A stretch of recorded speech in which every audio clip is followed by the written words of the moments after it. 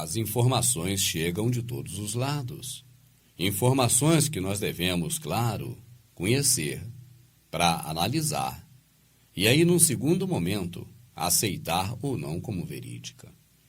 Aprendemos e sabemos que devemos examinar tudo e reter o que for bom. Aprendemos também com a própria elite global de que eles não são confiáveis e, por conta disso, a história contada por eles também não é confiável. Baseado nisso tudo, nós temos acompanhado algumas pessoas pelo mundo que têm trago informações diferenciadas. Na Espanha, por exemplo, tem um jovem, chamado Oliver Ibáñez. Ele traz informações contundentes sobre o planeta Terra. Ele, inclusive, relata que o planeta não é esférico, mas é plano, e nos traz 30 provas de que o planeta não é redondo ou esférico, mas de que o planeta é plano. Gostaria que você acompanhasse comigo este que é um dos vídeos do Oliver, que tem grande audiência na internet. Eu coloquei em português e agradeço ao Oliver por ter me permitido assim fazê-lo. Muito boa a todos, sou Oliver e hoje trago 30 provas de que a Terra é plana. Se a Terra fosse uma esfera, deveríamos poder observar sua curvatura no mundo físico real. Sem dúvida, todas as provas e experimentos que se têm realizado para tentar detectar esta suposta curvatura têm dado resultado nulo. O modelo heliocêntrico oficial diz que a Terra é uma esfera de 40 mil quilômetros de circunferência. Se isso fosse certo, o horizonte deveria desaparecer da vista a um ritmo de 8 polegadas por cada milha de distância ao quadrado. Samuel Virla, inventor e escritor inglês, explica este princípio no seu livro. Se a Terra é um globo de 40 mil quilômetros de circunferência, a superfície de todas as águas deve apresentar certo nível de curvatura, já que cada parte deve ser um pedaço do círculo total terrestre. Em qualquer parte, este arco fará uma curvatura e cairá 8 polegadas na primeira milha de distância, e na segunda milha cairá 32 polegadas, na terceira milha 72 polegadas e assim sucessivamente. A fórmula para calcular a curvatura a partir do nível do mar é 8 vezes a distância de milhas ao quadrado. De outra forma, se o observador se encontra a um ponto superior ao nível da água, a fórmula muda. Então é a seguinte, em um campo da Inglaterra tem um canal artificial de 32 quilômetros de comprimento, chamado Gold Pole. Samuel colocou ali um barco com a bandeira a 1 metro e mediu por cima do nível da água. O barco navegou até a distância de 9,6 quilômetros em linha reta, desde onde se encontrava o cientista, e este se colocou em meio do canal, com um telescópio que estava a 20 centímetros sobre o nível da água. Samuel usou um telescópio e comprovou que o barco e a bandeira eram perfeitamente visíveis durante todo o trajeto. Se a Terra fosse um globo de 40 mil quilômetros de circunferência, a trigonometria esférica dita diria que a ponta da bandeira, que estava no barco situada a 1,5 metro sobre o nível do mar, ela deveria estar escondida de trás de 3,5 metros de curvatura. Sem dúvida, este não foi o caso e a bandeira pôde ser observada em uma totalidade ao longo de 9,6 quilômetros. Samuel realizou depois outros experimentos similares no canal e concluiu que não havia nenhuma curvatura na superfície terrestre. Hoje em dia tem milhares de vídeos no YouTube replicando este experimento, e todos mostram objetos em uma distância que não poderiam ser visíveis se a Terra fosse uma esfera de 40 mil quilômetros de circunferência. 2. O fotógrafo Yoshua Nowicki realizou em maio de 2016 um time-lapse da cidade de Chicago. Ele estava em Guay, São José, Michigan. A distância entre os dois pontos é de 60 milhas. Ou 96 quilômetros. O fotógrafo estava a 1,80 m acima do nível do mar. Usando o segundo cálculo trigonométrico anteriormente explicado, entre o ponto em que se encontrava o fotógrafo e a cidade de Chicago, havia uma queda na curvatura de 650 metros. Assim, qualquer edifício menor que 650 metros estaria completamente oculto atrás da curvatura. O edifício mais alto de Chicago é o Willis Tower, com uma altura de 442 metros. Então, assim, a parte mais alta do edifício deveria estar oculta atrás de 208 metros da curvatura. O time-lapse mostra claramente todos os edifícios enfocados praticamente por completo completo. Assim ficou provado que não existe nenhuma curvatura na superfície terrestre. Depois que esse time-lapse e algumas fotografias de Joshua Novick saíram à luz, várias cadeias de televisões norte-americanas se apressaram desesperadamente para dizer que o que estava ali se vendo era uma miragem. Assim diziam que as imagens eram apenas uma refração da luz. Disseram que a diferença de temperaturas na atmosfera fez com que a luz se dobrasse no horizonte e criasse então a ilusão óptica. O problema dessa explicação forçada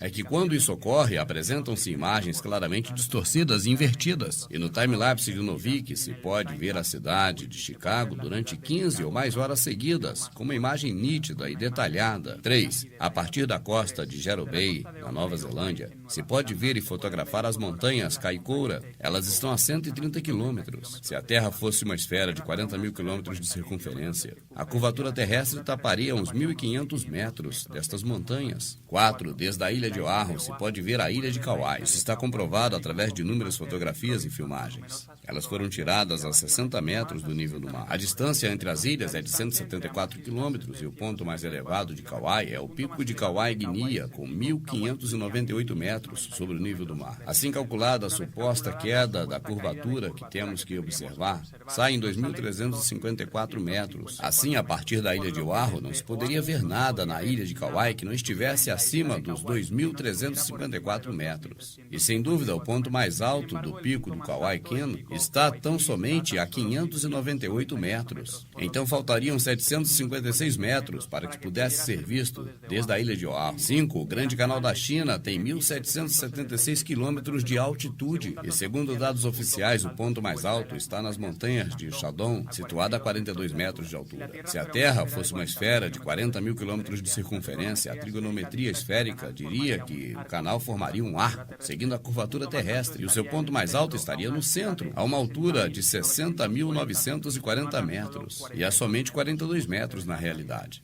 6. Cis McClary, instrutor do sistema de mísseis, ele confirmou em diversas entrevistas públicas. O sistema de rastreio desses mísseis tem uma variabilidade na linha de detecção do objeto a tão só 2 graus. A distância entre o lugar do lançamento do míssil e seu alvo deve ser de uns 80 quilômetros. E o radar de detecção está a 2,5 metros acima do nível do mar.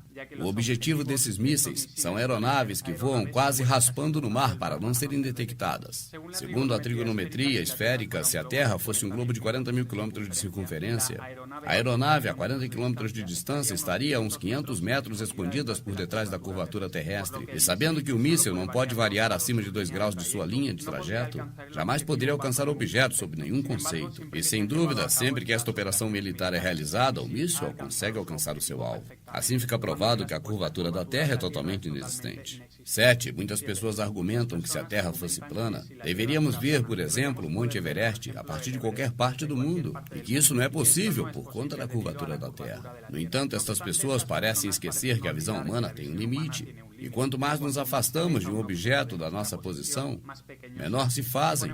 Se colocamos qualquer objeto diante de nós e vamos nos afastando, chegará um momento em que, devido à simples perspectiva, já não veremos mais esse objeto. E existem mais coisas como nuvens, neves, partículas de pó, partículas de água, densidade do ar e outras condições atmosféricas que afetam enormemente a visibilidade dos objetos à distância. Isto explica perfeitamente por que não podemos ver o Everest ou qualquer outro objeto a uma certa distância e não precisamos recorrer à suposta curvatura da Terra para explicar isso. 8. Com os avanços tecnológicos, fica cada vez mais fácil comprovar que a Terra não é uma esfera, como nos haviam contado. Agora é possível mandar balões a uma grande altura, com uma câmera, para poder ver o horizonte lá de cima, a 33 mil metros. Encontramos no YouTube inúmeras dessas gravações. Elas foram feitas acima de 33 quilômetros de altura, e todas mostram um horizonte completamente plano. Numa tentativa desesperada de manter a teoria da Terra esférica, especialistas modernos estão afirmando que, para apreciar a curvatura terrestre, tem que subir a mais de 80 ou mais de 100 quilômetros de altura, mas não mostram nenhuma prova matemática para confirmar essa afirmação. No entanto, ao fazermos nós mesmos estes cálculos, vemos que a curvatura deveria sim ser vista claramente a partir dessas alturas. 9. O horizonte sempre se encontra ao nível dos nossos olhos ou dos olhos da câmera.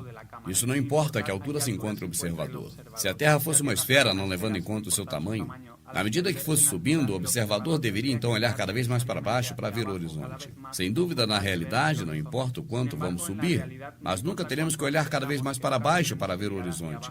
Algo que somente é possível em um plano. 10. Os reflexos do Sol e da Lua sobre as águas sempre aparecem em linhas retas, se estendendo desde o horizonte até o observador. Isso não é possível sobre uma esfera, somente sobre um plano. 11. Nunca se tem em conta a suposta curvatura da Terra na hora de construir canais globais ou ferrovias. Assim, os construtores teriam que aplicar a fórmula trigonométrica de 8 vezes a distância de milhas ao quadrado. Assim, saberiam como aplicar os materiais para fazer a construção. Algo complicado de se levar à prática, especialmente quando se construíram as primeiras ferrovias. Na verdade, as linhas de trem são construídas em posição totalmente horizontal e plana. Também os canais, túneis e outras construções similares são feitas da mesma maneira, sem levar em conta o mínimo dessa suposta curvatura da Terra. Apenas levam em conta pequenos desníveis dentro da planície. Em 19 de fevereiro de 1892, o Escritório de Engenheiros de Manchester publicou que as construções de vias ferroviárias e canais têm a norma de que o ponto de referência para todas as superfícies seja uma linha horizontal. Assim, na prática, na hora de planejar e realizar obras públicas, não se tem em conta nenhuma curvatura da Terra. Em 1890, um engenheiro com 30 anos de experiência escreveu sobre seu trabalho com vias ferroviárias. É bem sabido entre os profissionais do setor que os cálculos e processos feitos para incluir a curvatura da Terra nas construções são impossíveis de levar à prática. Todas as locomotivas estão desenhadas para viajar sobre uma superfície plana. Claro, existem certos desníveis aqui e ali, mas sempre são minuciosamente definidos e devem ser atravessados com cuidado. Qualquer coisa parecida a uma curvatura de 8 polegadas vezes o quadrado da distância em milhas não seria sustentável para nenhuma máquina existente. Somente podemos rir de pessoas que defendem poder levar a cabo tais coisas, como fazer circular trens sobre uma superfície esférica. As curvas em uma superfície plana horizontal já são suficientemente perigosas. As curvas verticais seriam 1000 vezes piores e fisicamente impossíveis de se fazer, tendo em conta como se constrói as ferrovias. O engenheiro Winkler escreveu, em 10 de outubro de 1893, o seguinte: como engenheiro com muitos anos de experiência, vejo que a absurda ideia de ter em conta a curvatura da Terra só está presente em livros de texto. Nenhum engenheiro sonharia em ter em conta algo assim. 12. O canal de Suez, que conecta o Mar Vermelho ao Mediterrâneo, ele tem 163 quilômetros de comprimento. A sua água é plana desde o início até o final. A suposta curvatura da Terra não foi levada em conta para sua construção. A omissão na qual de existir essa curvatura deveria então ter produzido resultados desastrosos na construção do canal. 13. Quase todo o grande canal da China, 1.700 quilômetros, foi construído durante a dinastia Sui. Ele foi construído 1000 anos antes de Copérnico e a sua teoria da Terra esférica. Se a Terra fosse uma esfera, sua construção e posterior funcionamento deste canal seriam impossíveis. E o canal continua operativo ainda hoje. Deveriam ter aplicado a fórmula 8 vezes a distância do canal ao quadrado. Assim calculariam a curvatura da Terra e também calculariam a curvatura dos materiais empregados. Assim, este canal de 1.700 quilômetros de comprimento se adaptaria à curvatura da Terra. Mas isso era impensável no ano da sua construção, em 1609. 14. Desde a antiga Grécia é usado o argumento de que a parte de baixo dos barcos desaparece à distância. E isso ocorre por conta da curvatura da Terra. Sem dúvida, hoje podemos comprovar com câmeras e telescópios que isso está errado. Ao fazer um zoom, vemos o barco por inteiro, inclusive a parte de baixo. Fica provado que o barco jamais desaparece por conta da curvatura terrestre. E, na verdade, desaparece do nosso campo de visão apenas por uma questão de perspectiva. 15. Se os barcos desaparecem no horizonte por conta da curvatura da Terra, também deveríamos poder observar a curvatura no horizonte no âmbito lateral. Isso porque ao nível do mar, acima de 8 quilômetros a partir do observador, à esquerda ou direita ou vice-versa tem mais de 16 quilômetros e não há curvatura. Se não se observa nenhuma curvatura no horizonte lateral, na distância de 16 quilômetros, então é impossível que os barcos desapareçam a somente 8 quilômetros à frente por conta da curvatura da Terra. 16. A natureza dos fluidos é estar permanentemente nivelados. Quando este estado é afetado por qualquer influência externa, o líquido vai se mover até ficar nivelado. É assim que descrevem os livros acadêmicos. A superfície de um fluido parado é a de um plano horizontal. Se uma parte dessa superfície fosse mais alta do que o resto, as partes de fluido que estão mais abaixo sofreriam uma pressão maior. Haveria então um movimento das partículas até que nenhuma estivesse mais elevada que as outras. E assim, na superfície do fluido se forma um plano horizontal.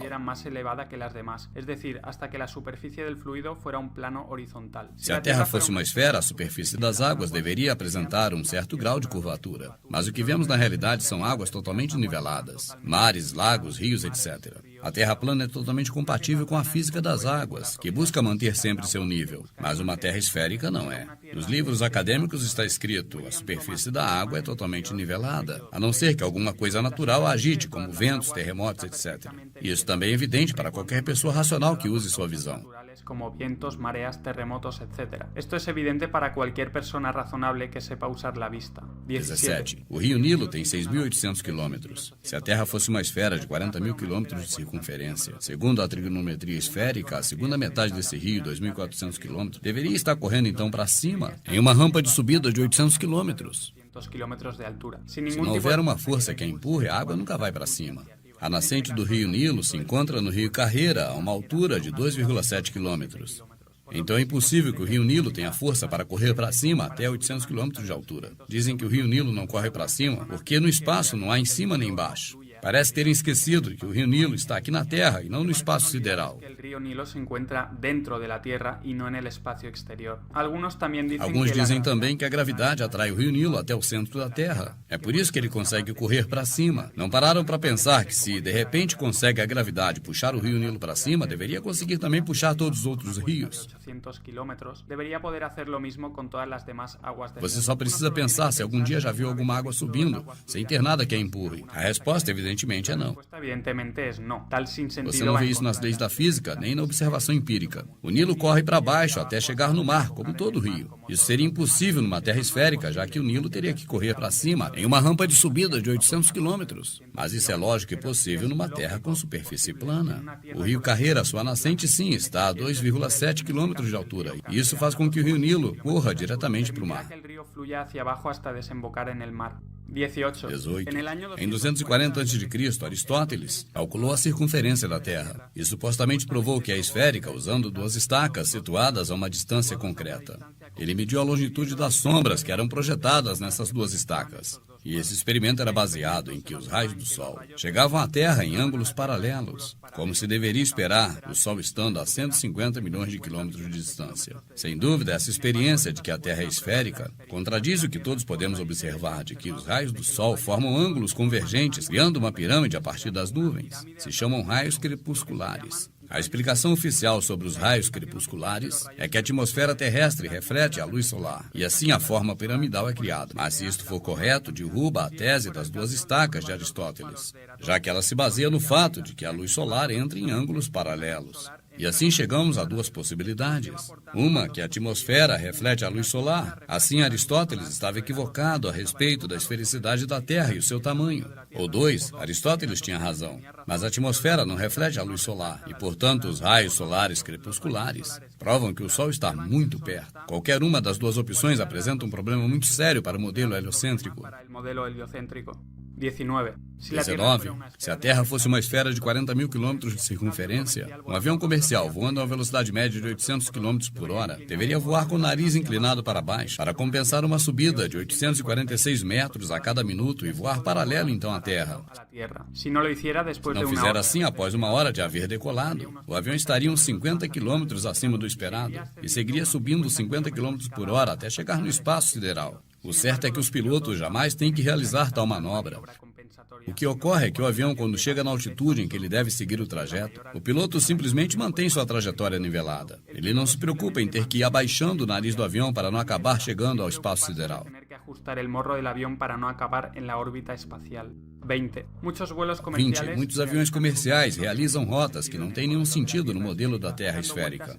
Eles dão voltas enormes e ridículas, podendo percorrer caminhos mais retos, fazendo o trajeto mais curto entre uma cidade e outra. Existem muitos exemplos destes voos entre cidades.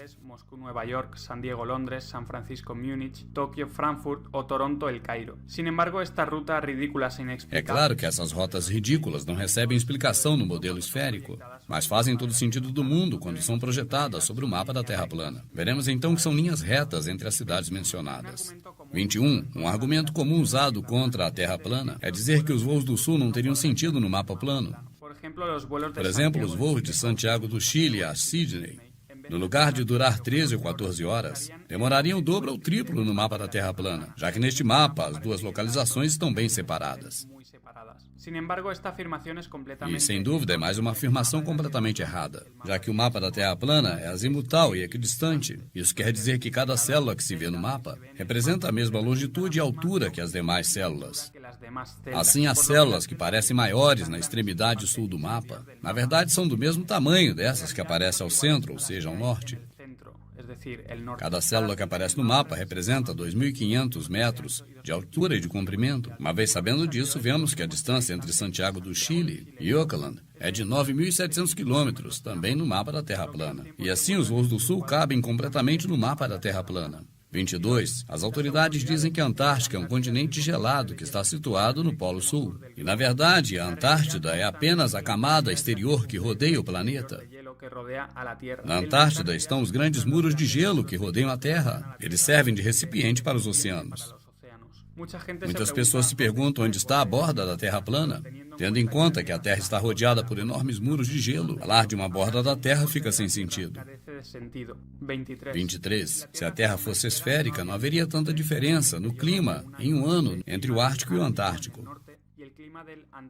Sabemos que no Ártico existem 130 espécies de mamíferos, 260 espécies de aves, 3.000 espécies de insetos, 450 espécies de peixes, ainda répteis e anfíbios, mais de 2.000 espécies de vegetações, perto de 3.000 espécies de vegetais. Ao contrário, na Antártida, a fauna é escassa. Ela se encontra quase na sua totalidade no mar. A única espécie que fica sob o gelo na Antártida é o pinguim imperador.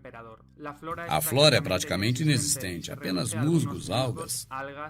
Na Islândia, que se encontra a 65 graus na latitude norte, existem centenas de espécies de aves e dezenas de espécies de mamíferos. Como zorros árticos, osos polares, renos, bisones, ratas y ratones, ovejas, pollos, reses, cabras, perros, ponis islandeses ou conejos.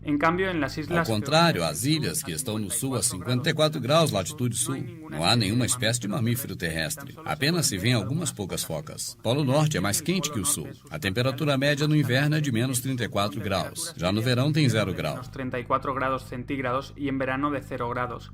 Enquanto isso, no Sul, a temperatura média no inverno é menos 65 graus. E no verão, menos 25 graus. Assim, o Sol se comporta muito diferente em lugares da mesma latitude. Depende se ele está ao norte ou sul do Equador. Os dias maiores de verão no norte são muito maiores do que no sul. E os invernos curtos no norte são muito mais curtos no sul.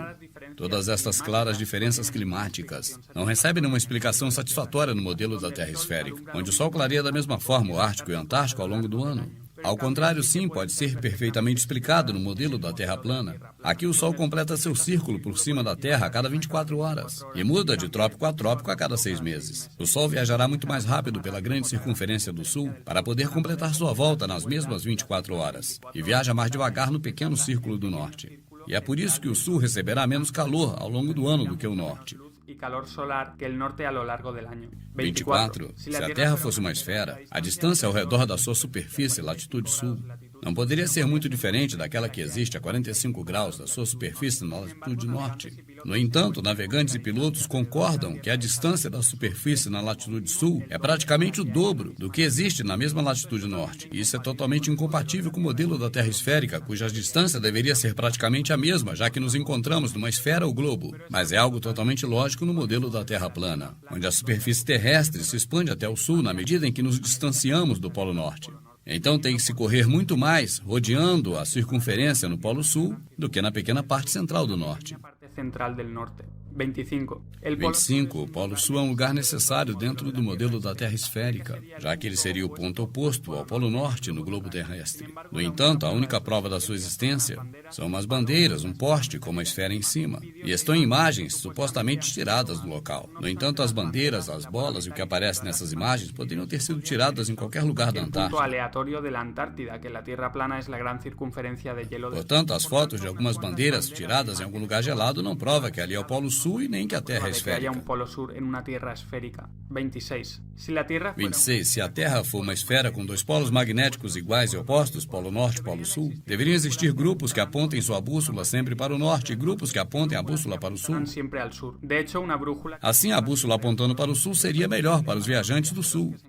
Na verdade, não importa a distância que você esteja do Polo Sul, sua bússola sempre apontará para o norte, o que não tem sentido no modelo da Terra esférica, onde existem dois polos magnéticos. E no modelo da Terra plana, é claro que isso é perfeitamente lógico, magnéticos. En el modelo de la Tierra plana, en cambio, esto es perfectamente lógico, ya que já que não existe Polo Sul, somente existe um polo norte magnético, e ele está situado no centro da Terra. 27. 27. Uma suposta prova de que a Terra é esférica é a possibilidade de dar a volta ao mundo partindo de um ponto e voltando para ele. Mas isso pode ser feito também na Terra plana, Tierra plana, volando o navegando voando ou navegando ao redor do círculo terrestre, tendo sempre o norte à sua esquerda ou à a direita. nuestra izquierda. En la Tierra plana, Na Terra plana, o Polo Norte está no centro do círculo terrestre e o Sul está na direção que sai desse centro. Se você avança numa direção que não se aproxima do norte nem do sul, você está indo a leste ou a oeste.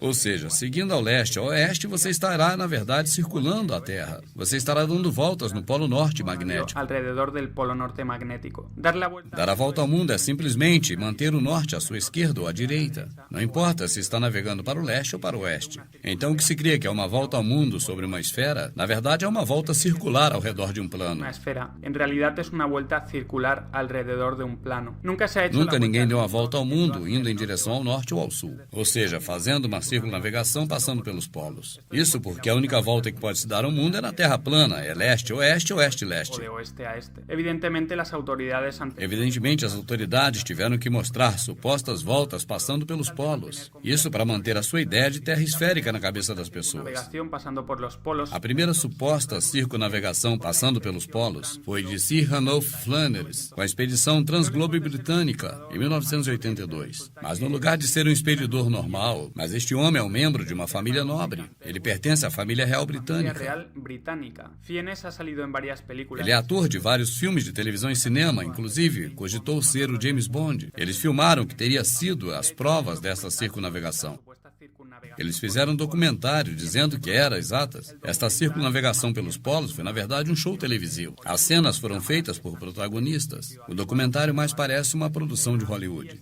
As câmeras estão posicionadas sempre nos melhores locais para pegar as melhores tomadas. E as cenas são claramente ensaiadas, feitas por dublês. Este homem participa de uma associação de caridade judia, uma das mais antigas da Grã-Bretanha. A organização é patrocinada pela Rainha da Inglaterra e é financiada por Sir Adrian de Rothschild, a infame família da elite global Rothschild. Esto no es extraño. Sabendo de tudo isso, não é estranho que a elite vá utilizar um dos seus membros para provar que circunnavegar a Terra passando pelos polos é Esférica possível. pasando por los polos. 28. Un estudio 28. Um estudo realizado por vários doutores em geografia demonstrou que a superfície do estado do Kansas, nos Estados Unidos, é mais plana que uma panqueca. Estados Unidos es más plana que un pancake. Em uma escala onde o resultado de 1 indicaria uma planície total, foi usado um laser para determinar que uma panqueca tem um nível de planície de 0,95,7. 0,95. Usar o modelo de elevação digital, a escala 1/250.000, para reduzir até a escala o nível do estado do Kansas, e descobriram que seu nível de planície é de 0,9997, 997, es decir, ou seja, mais plana do que uma panqueca. posterior realizado por el doctor Um estudo posterior realizado por dois homens importantes dos Estados y Unidos en la Universidad de Kansas y por Joshua Campbell, geógrafo y arquitecto en la Oficina Geográfica del Departamento de Estado de los Estados Unidos, não só no solo confirmou que o corroboraron estado do Kansas é totalmente plano,